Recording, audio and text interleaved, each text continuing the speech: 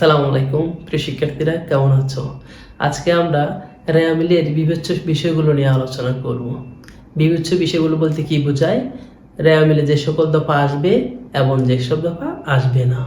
যে দফাগুলো আসবে সেটা কি রেয়ামিলের ডেবিট সাইডে বসবে নাকি সেটা ক্রেডিট সাইডে বসবে, এই সকল বিষয় নিয়ে আজকে আলোচনা করবো। ইনশাল্লাহ আজকের ক্লাসটার পরেই আমরা বোর্ড কোশ্চেনে চলে যাব। ইনশাল্লাহ আজকের ক্লাসটা তোমরা যদি সম্পূর্ণভাবে দেখো তাহলে ইনশাল্লাহ তোমরা রেয়ামিলের কোনো সমস্যা আর থাকবে না। আসো আমরা চলে যাচ্ছি।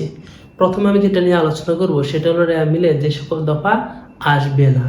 তোমরা অতীতে যে সকল দফা আসবে না 15-16টা অ্যান্টি 10-12টা অ্যান্টি মুখস্থ রাখছো, এখন থেকে আর মুখস্থ রাখা লাগবে না। এখন থেকে জাস্ট ইজিলি একদম সিম্পলভাবে আমি বোঝানোর চেষ্টা করবো। ইনশাল্লাহ দেখবা তোমরা 2-3টে অ্যান্টি দেখলেই বুঝবা। আর রেয়ামিল যে সকল দফা আসবে না এটা শিখাও লাগবে না।